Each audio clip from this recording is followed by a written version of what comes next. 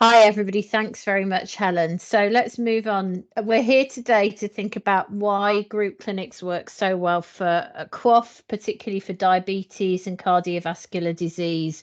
And what we know is that evaluation has shown that where group clinics really fit well into care pathways is around the sort of simple planned care that comes and is a massive, great chunk of the care that we deliver to patients. On a routine basis. So just to reassure you, we are not suggesting that you should be using group clinics where you're doing differential diagnosis, where you're taking very detailed histories from people, where you're still perhaps in that diagnostic phase and you're trying to work out what's going on. That kind of patient definitely needs to be in a one-to-one appointment and seen. There's high risks there. There's lots of individualized, very in-depth conversations. But where we are looking at people who have a routine where you're following them up on a routine basis, where there's a very big element of rehabilitation or self-management required for them to get the best out of keeping themselves well with their long-term condition. That's where the group clinics fit in. And of course, that is also where QOF is. So it's a perfect fit. The good news is that when you deliver these kind of simple clinical interventions through a group clinic model, you free up time to spend with your more complex patients, and you also support patients to do that self-management, because the evidence shows that following on when that people are followed up in a group clinic, they make more health related behavior changes, they understand more about their condition, and they also improve their quality of life, and in fact in diabetes, their control of their HbA1c and their blood pressure. Next slide, please. So just focusing on what I've just discussed, I didn't even need the slide. Look at that. It's here in black and white for you, though, if that's something that you want to have a look at.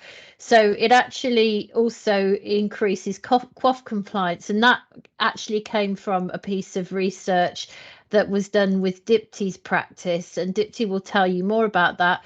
But actually, QOF went up in by 18% in the first year after Dipti switched to doing group clinics. So the other thing that is a really amazing side effect of group clinics is that it frees clinician time. So again, in Dipti's practice, we've got a clinical paper that we can share with you actually after today's session. I'll put that in attached to your email. We also, the nurse's time was also freed up. And we've worked out a little bit of equation that it's about a 0.45 full-time equivalent nurse per 500 patients who are looked after through the group clinic model.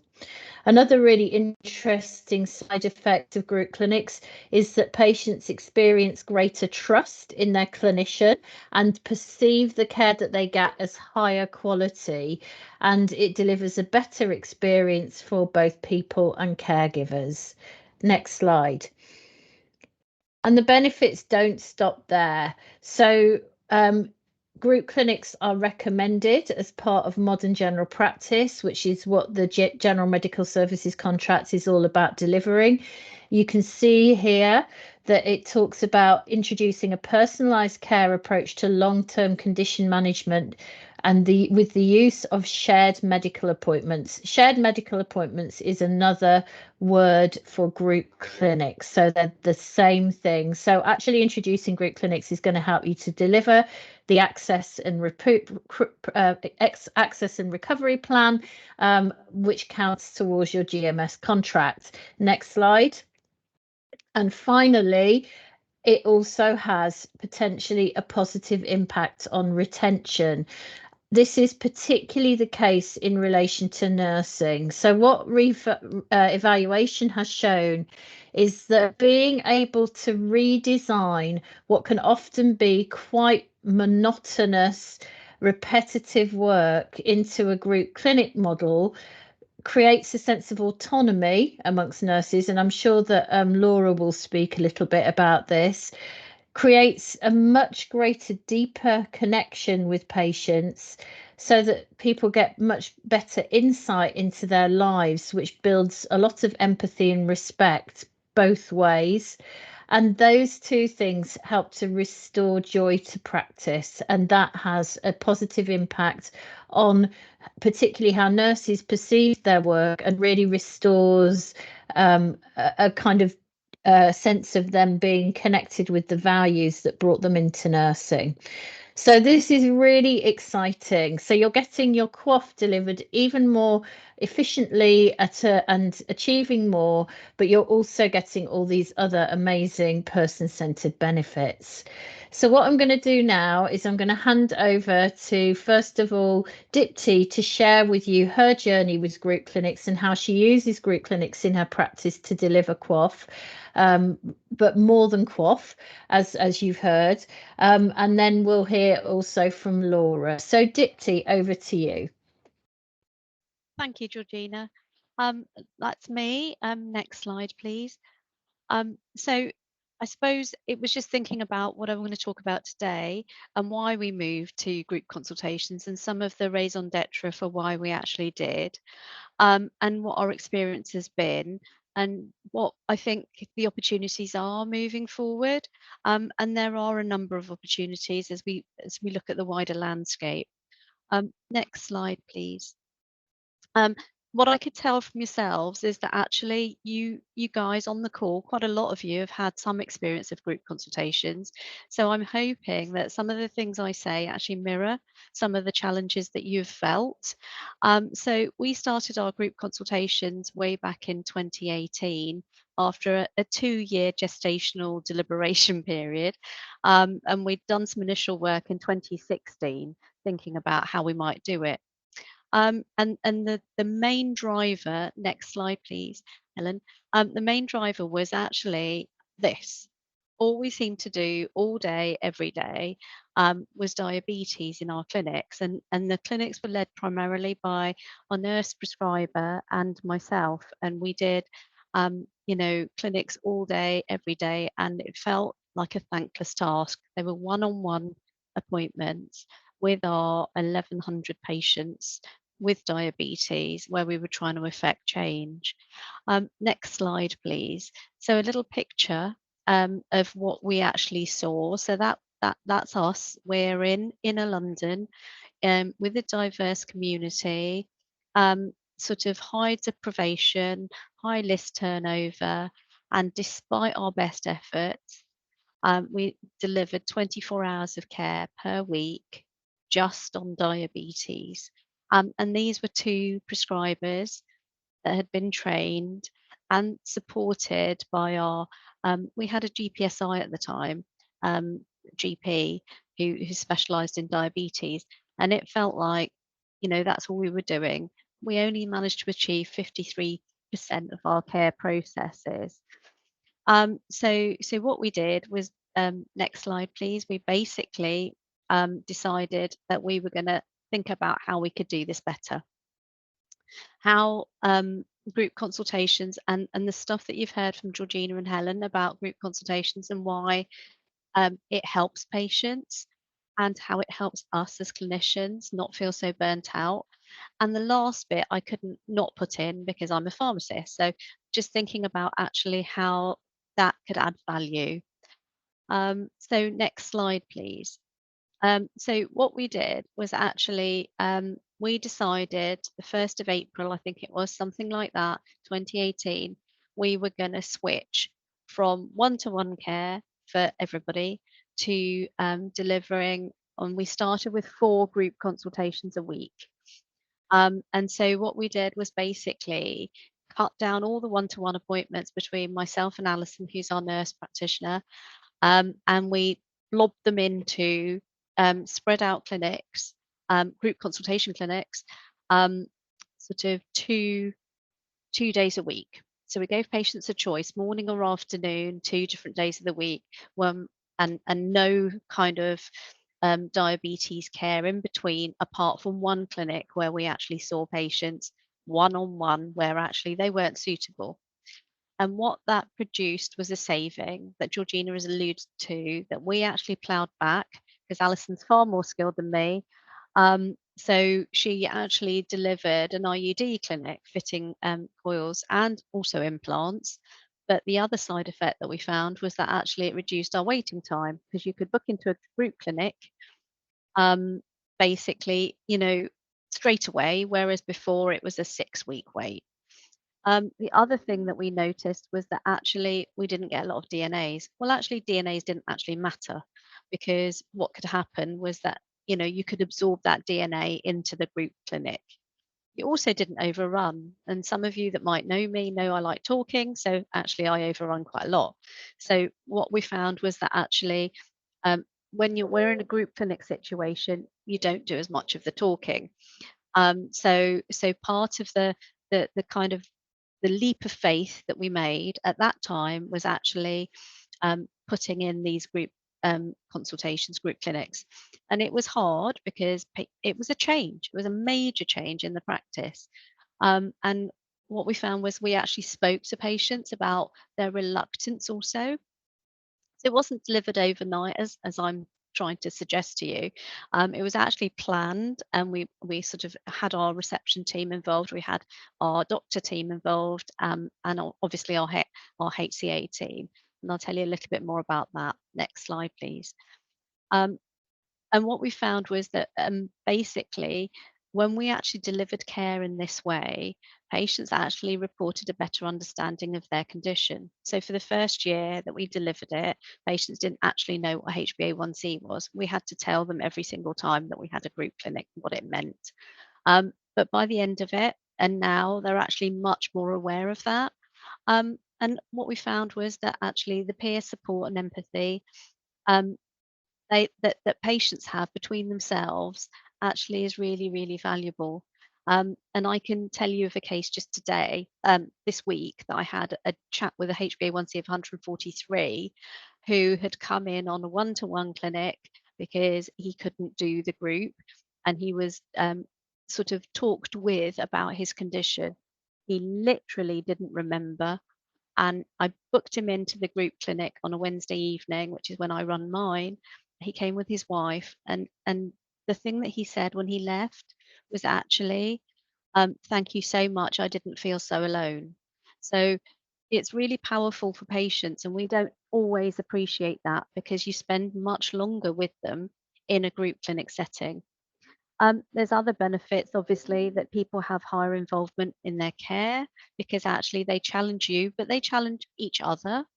And actually, they can see in relation to other people how their numbers stack up and what they understand by it in a way that perhaps as a professional person you're trying to describe to a lay person. It actually is much easier when they describe it to each other.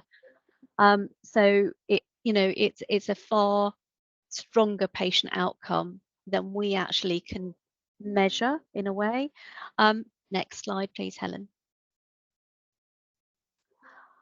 So medicines optimization, I suppose what would happen is that they had more truthful conversations about their medicines. They also had more meaningful questions about whether or not they should start them. In my area, everybody doesn't want a vaccine and everybody doesn't want a drug. They actually want to do it all naturally. So the fact that actually I have a group environment where I can actually discuss the risks and benefits of actually medicines and their side effects and so forth actually made it a lot easier. Also, they also were truthful about things that they didn't do. So if they didn't take certain medicines, actually, I reduced waste by actually reducing them. And very soon they actually sort of start telling you the truth about actually, I don't take four metformin a day, I only take one or two.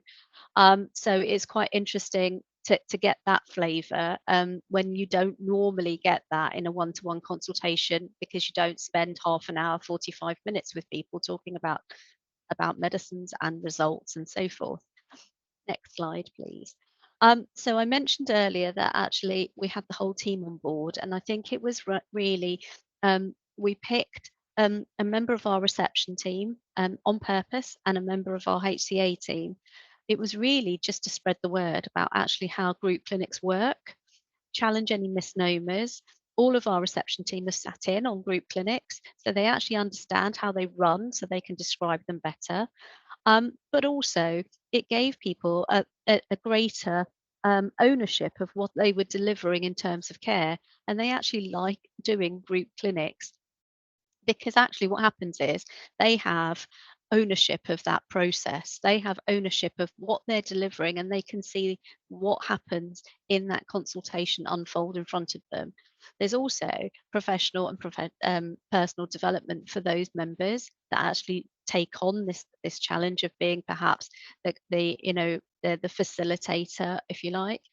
But the clinicians also develop because they have a teaching environment, there's greater learning and so forth within that environment. Next slide, please, Helen. So I wanted to give you a little bit of a flavour of the data.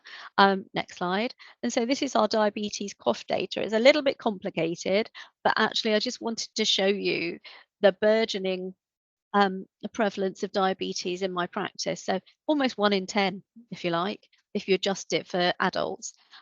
So it's huge. If my list size is 14,000 and a half, then I've got over nearly 1,200 patients with diabetes. I can't sustain that with the amount of skilled practitioners that I need. So this actually gave me a way to actually move things forward.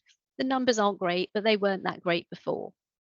But what I found was actually that we were holding them on.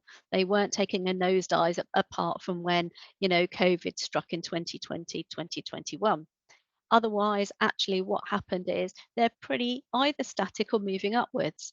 And what we'll find in the next slide is that actually, if we go on to the next slide, you'll see I've pulled off some numbers around actually who attended, how many people on the diabetes register attended the group consultations. And so you can see that actually, post COVID, there was a 27% attendance. People wanted to come back, okay? And they wanted to come back and be with their peers when they'd had that isolation. So there was a huge jump. Also, you can see the number of group consultations per person. Some people really liked it. I had to tell them to not come every so many weeks. But some people are fans of it. They enjoyed coming back. They wanted to meet those peers and get that information that they couldn't get in a different way. They also wanted to see that their professional team. So it's really thinking about actually how can I do this? And these were face-to-face group consultations by and large. For us, the virtual offer, it didn't work so well. We're in a deprived area. Access to technology is difficult. Okay, but that's not true for everywhere. Some people really like that. But I think the numbers speak for themselves. So even if you hone it down to a fifth of the people, actually, that's a fifth of 1,100 patients that I can see in a different way, that I don't have to see one-on-one, which holds its own efficiency. I'm not saying it's for everybody, but actually it really is a good thing to be offering. Next slide, please. And I just wanted to add that actually it wasn't just about diabetes, because actually these are the numbers that I've taken straight off the QOF database that actually we have in our practice that I know overlap with diabetes. So when you think about it, you can see that actually I'm achieving for all of these QOF markers also. So in the diabetes group consultation, you're talking about the fact that actually we want people to be treated to target and improve themselves. And how can they do that better with their peers and learn from each other in that protected setting? So I'm going to rattle on, if I may. I suppose we've been doing it for 6 years nearly. Okay, so it's an option for patients. It's not the only way. It's about actually bringing the team with you because everybody has a part to play and actually understanding the benefits of it. Um, it's not easy. It's not an instant fix. Okay, it's something that you can evolve in with your team over time. It's really important that actually you're really clear about what consultation is in a group setting. And actually, there is part education, okay? But it's not the only part. It's actually more about having that transaction about actually what their clinical care is going to be, and having that almost deal with the patient about how they're going to do that and support them in a way, but not just you supporting them, other people supporting them. The other thing it's really fantastic for is actually training and learning. So using it as an environment, um, what do you call them? Our care facilitators, if you like, our facilitators, that's it. Actually, they are the people that actually have learned the most, and they own those boards, those results boards. They make sure they're filled in, and that's really where part of your QOF encouragement comes in. But also within the group setting, you can actually do some of the checks. You know, our patients don't mind if we check their feet. They want us to look at their feet. They want us to show them, you know, can you do my blood pressure while you're here if it's missing? Can you give me my flu jab while I'm here then, not book another appointment? So it's just thinking about those sorts of different things that happen in a group environment. And I suppose these are some of the things that I have learned. But I suppose the overwhelming thing that stands out as a clinician, and I'm talking to you guys, is actually it's reduced our staff burnout. That actually we're not saying the same thing. You say far less in a group consultation or a group clinic than you do one-on-one. And so that's really energized us in a way because the patients challenge themselves. Um, Last slide, please, Ellen. So benefits, I think I've elaborated quite a lot of the benefits, but I suppose the key things really are that actually it's a joy to do. It uses time efficiently, and you can do many things with a group clinic. And actually, when you see the patients, the light bulb moment in those group clinics go up, it really makes it worth its while. And with the challenges that general practice is facing at the moment, it really is an important way to have that armor, up that straw, that way of doing things that you can actually add to your normal consultation styles. And I think that's it from me, Georgina. Over to you. That's fantastic. So amazing data that you're sharing with us. You've the chat has been on fire, Dipti. And just before we move on, I'm just going to take one question, which was about in relation to video group clinic versus face to face. So somebody said, which has Dipti been doing? Probably because you've been mentioning feet checks, people will know, yes, it's been face-to-face post-COVID. But do you want to say something about that in relation to video? So we did do some video. We did some hybrid post-COVID. And I suppose it's about having the right equipment and the right IT to successfully do them. We did have patients that we had hybrid ones, but we also did video group ones, but we didn't get our in COVID, we didn't get it took us the time to get our equipment and things like that to kind of do video ones, but it's possible. Sorry. No problem. Yeah, and you can actually do video group clinics on Teams. That's what most people tend to use, and we give you lots of guidance around how to do that. So that's brilliant.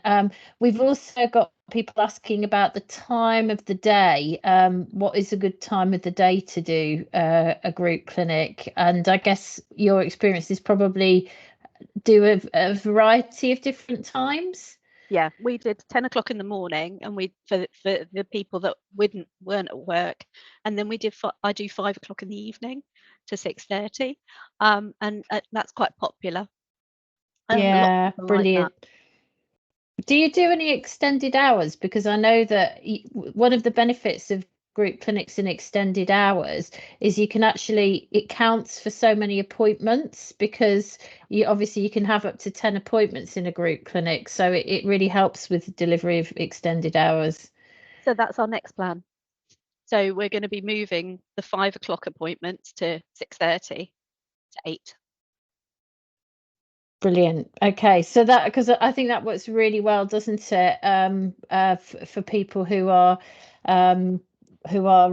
working, you know, because coming to the surgery is often a real challenge for them anyway. So I'm going to move us on and get Laura to come up. It seems to be working quite well as posting responses to quite a few of the questions in the chat. So keep those questions coming, and any that Laura's going to be able to add to, we'll post those to her at the end. Laura, over to you. Hi, everyone. Nice to meet you. Can you all hear me? Yeah, that's okay. So like Dipti, we've been running diabetes groups for about 6 years now, and they're working really well. I'm going to talk to you more about how we've used them now for COPD, and you'll see there's lots of common themes with the things Dipti was saying. So next slide, please. So winter pressures. Our big problem was people with COPD. So I've been planning groups for people with COPD since pre-COVID. Obviously, COVID made a big impact. We had to stop that, and then started looking at it again. And I'm afraid it kept falling down the agenda. And the main problem was our room is upstairs, so the room we use. You've got to get upstairs. People struggle with that. And also, I couldn't quite work out how we'd get the data together. But we had some time in September and put some time aside to really just think about how we were going to get this done. 277 people and me wanted that was just too much to contemplate. And doing diabetes groups and all the things Dipti said so far, I knew that there was big benefits for COPD. So we decided, let's set a date. We hired the room up at the town hall. We hired it for 2 days and did some back-to-back groups and just went for it. Having set a date, which is something Georgina talks about a lot, you then have to get going with it. You can't keep pushing it down the agenda. So from my point of view, lots of things that Dipti said as well. 20-minute appointments for people with COPD or any long-term condition are really tight. We're giving them 20 minutes of our time and expecting them to go away and look after themselves. And there's so much we can't cover. And I find I lead the conversation. I say the same thing over and over again. That whole burnout that Dipti was talking about, I'm driving the discussion. So I really wanted to push this in.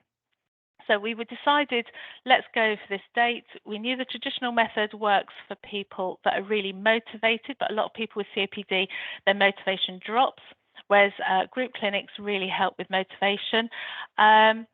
And also, I wasn't covering mental health. We weren't doing the PHQ-9 with COPD, and I was really aware that I was just turning into a tick box, QOF tick box person, giving out care plans, checking inhaler techniques, and not really getting to the crux of the problem. People coming back with exacerbations. So clearly, whatever I was doing wasn't enough. Next slide, please. So as I said, the problem was, how do we get the data? It's great when you're doing diabetes and hypertension reviews because you've got all the data in advance.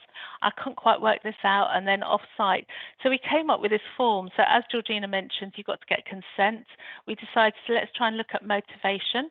And then we populated the questionnaire with the CAT score, the PHQ-2 and the MRC. So people didn't keep getting lots of texts. A lot of people with COPD are our older population. They get fed up with so many texts. They don't want to do questionnaires. So we had this pre-populated, and on the back page, I wrote down what inhalers they were currently on and which groups they sat in. And you might be able to see on the table that we use, that we stick up on the wall, I put up the inhalers they were on, so people could see that there's a vast array of medication plans for COPD. So I could look at people's medication, talk to them, discuss it amongst themselves, but we weren't looking at the computer the whole time, which is something else that people complain about. They come in for their review, and you're so busy ticking all the boxes and making sure you've covered everything in the template, you're not actually making eye contact with them a lot of the time. So this changed it completely. So we now had our information. People came in. We didn't ask for consent straight away, and the board wasn't up straight away. So we started letting them talk about, the questionnaires, filling in the questions. There was lots of debate. We had the SATS probes out, so they started checking those, all talking to each other about what their SATS are, who's bought a monitor, what their experience is, and they were filling them out. We then started filling in the table, and then talked about consent. So at this point, then we put up our session flow. Talk to them about what the group is, having already sent them some information in advance, gained consent, and then we put the table up, and the facilitator then took over, starting to ask what questions did they want to know. And a bit like Dipti said, when you look at our outcomes, the first question in every single group is, what's an exacerbation? Now, I've been seeing these people for a while, and I've been talking about how many exacerbations have you had. We all send out those questionnaires and ask them, and they didn't really know what it was. So a bit like the diabetics, they don't know what an HbA1c is when you're first running this. What's an exacerbation? The next one was, how do I look after myself? So there's people that are constantly coming in for lots of prednisolone antibiotics, overusing their SARBs or underusing. They're not sure what an exacerbation is, so how can we expect them to treat it? Even with the best care plans in the world, if they don't know what they're looking for, it's a real struggle. So we had our patients in the group, we populated the results boards, and we had the form. So next slide, please. So now we've moved on from me doing a 20-minute back-to-back appointments, and the 10th person really doesn't get the same quality care as the first person. I'm talking to them about what I want to find out. I've got to fill out that QOF questionnaire. I've got to tick the boxes. We now have an hour.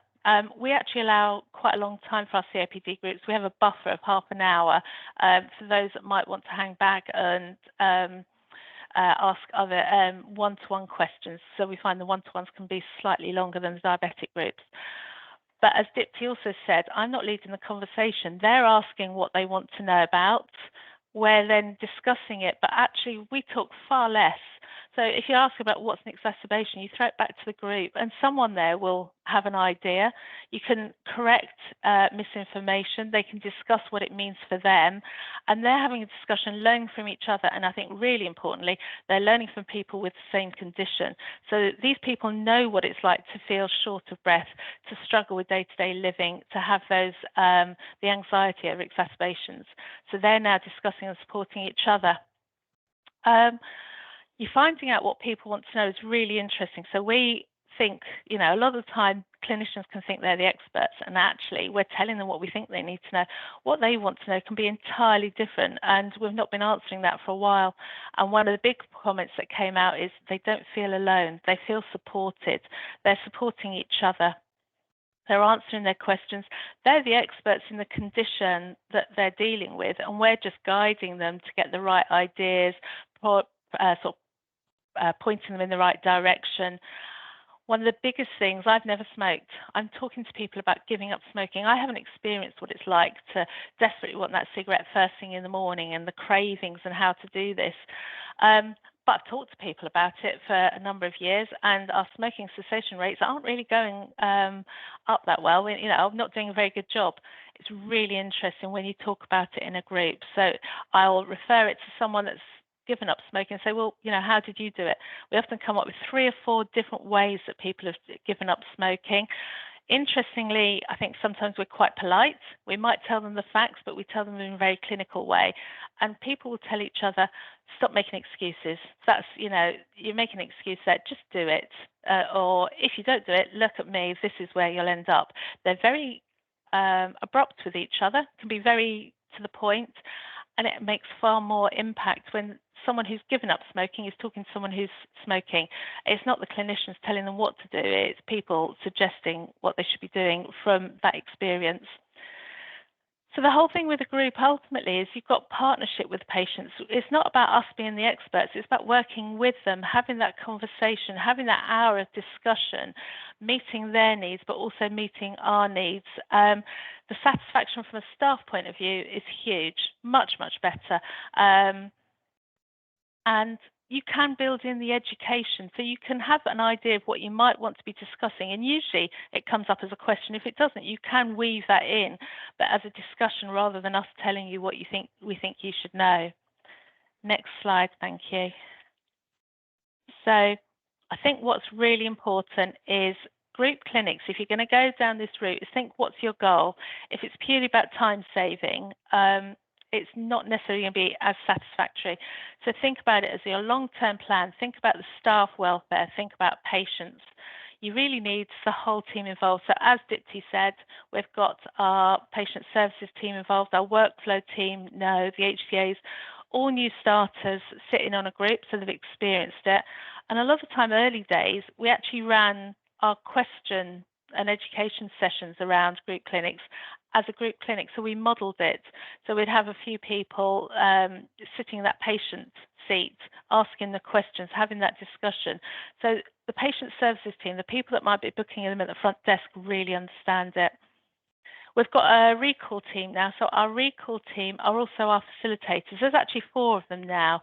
So we're really building up that team. So the people that are booking them in for a COPD review or a diabetes review and trying to book them into a group, if the HCAs haven't already, can also explain what the group's about. So rather than saying, well, that's what we do, we just do groups, they can actually talk through the process, they understand it, they're facilitators, they can encourage them. So that increases uptake hugely. Like Dipti said, we have a very short wait for group consultations. So our clinics are put on, and you might only have 1 to 2 weeks at the very most to wait for an appointment. We purposely make our one-to-one appointments 3 to 4 weeks waiting time, unless there's someone that you need to see. They've got dementia, they've got disabilities, they've got other mental health issues, something that means that they might not be able to cope so well with a group.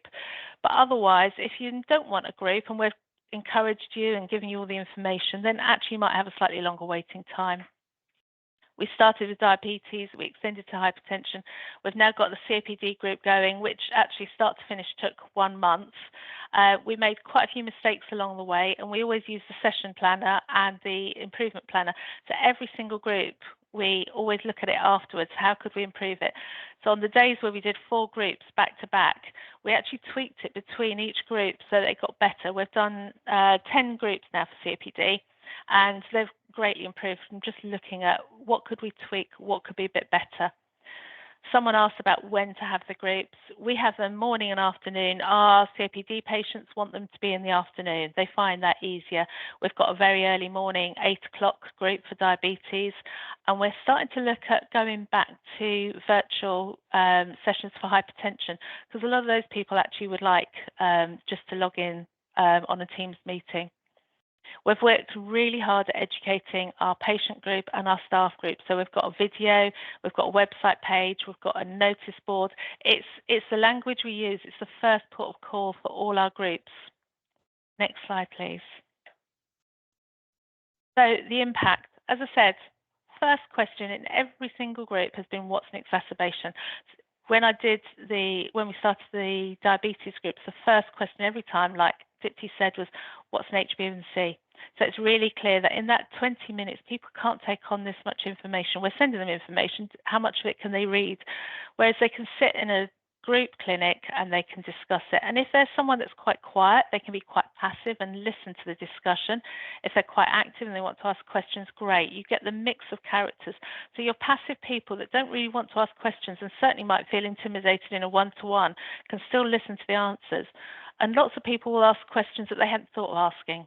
So they're getting more information. Our outcomes, we've got lots of, the challenges is fears and concerns from staff. Once you've given it a go, it really works well. It's so much more energizing. You come out having a bit of a buzz. You feel that you've worked really well with a group of patients, which is why we have it in our orientation plan now, so everyone really understands it.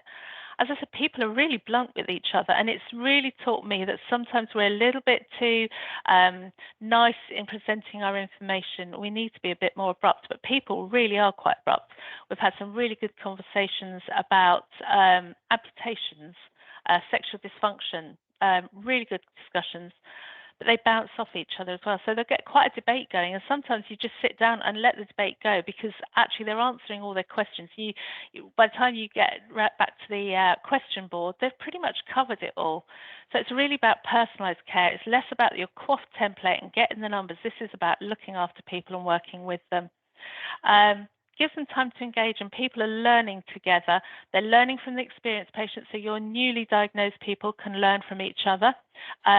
Your experienced people can feel quite empowered to support other people and tell them what they wish they'd known early days.